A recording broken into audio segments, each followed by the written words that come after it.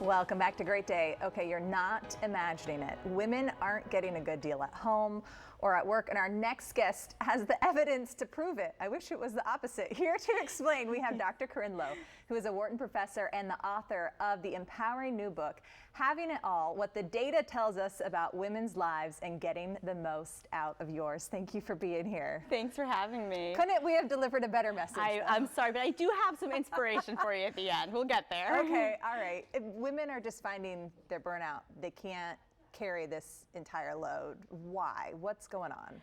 Well, I start this story back 70 years ago. We went from a model of division of responsibility where husbands worked in the market and the wives took care of a zillion and one things at home to a model where gender roles have converged in the workplace. Women can now play the same role in the market as men. They can earn as much as men, but they haven't converged at home.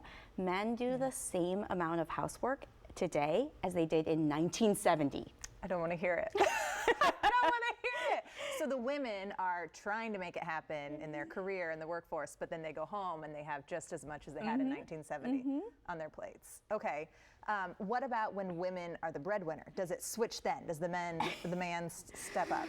This was one of the most surprising things I found in my research, because I find that when a woman is a female breadwinner, she still does twice as much housework, twice as much cooking and cleaning as her lower earning male partner. Wow. And I think this is a major force then holding women back at work. So the gender wage gap actually hasn't closed in 25 years. It was closing and then it flattened out. And I think this lack of time from carrying so much of the load at home is one of the major reasons why. I call it winning the bread and baking it too. My data actually shows that when a wife earns more than double what her husband earns, she still works fewer hours than him.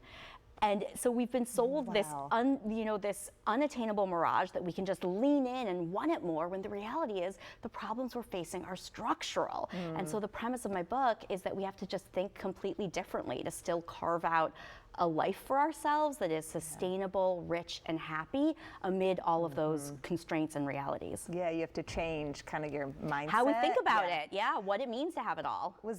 So you were looking at the data and just the stats. Were you expecting to see something different in the end?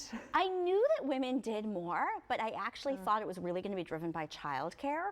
So it was shocking to me that when we excluded childcare, because childcare, you understand, I'm a breastfeeding mom right now, so I understand why she might play that bigger role. But when you exclude that and you look at cooking and cleaning, and I don't sweep the floor with my uterus, so there's no reason that women need to be doing more of that, and yet they're doing double of that too. Okay. So that was the part that shocked me. Yeah, that's funny. I'm pregnant right now. I'm like, can't you carry this baby for a little bit? And it there's doesn't work something that way. You can't trade, but there's other things that you're like, actually, he could do this, especially when she's earning more money, and she could pick up the shift if he would, pick up the kids from daycare. Right. So there are solutions. We're going to try to give some positives let's get here. there. Can you close that gender happiness gap, as you say? Yeah. So let's talk about the gender happiness gap instead of the gender wage gap. And I think in order to do it, it really comes down to time. We need to make more time for ourselves, and we need to get more from our time. So to make more time for ourselves, I'm asking us all to radically prioritize the things that actually contribute to our happiness, rather than the things we say yes to out of a sense of guilt, obligation, or even like trying to keep up with the Joneses or the other moms at our kids' school. And so I call this throwing out your houseplants, because I realized that my wilting houseplants were just another thing to take care of while I was having a baby and writing a book and trying to teach at Wharton. But I'm talking about those metaphorical houseplants. So that's, planning the office retreat, it's volunteering for something you actually don't have time for, but it's even those hand-decorated birthday cupcakes and homemade baby food for our little ones. Yes. We have to say no to some of those things. I know, the homemade baby, and then I freeze it in the little cubes, and you pull it back out. And we But can't, who's doing that? because you're here, right? know. You can't hold yourself to that standard. I am burnout, and it is too much. Changes are coming. Thank you for being here. I have to read the book. We all have to read the book. You can pre-order it now because it's out in September, right? Yes, and so Barnes & Noble has 25% off of pre-orders, and you can also get it on Amazon. And if you want to talk more about the economics of being a woman, you can sign up for my newsletter at CorinneLow.com. Perfect. We'll have to go meet you there. Thank you so much Thanks for so this much for having discussion me. today.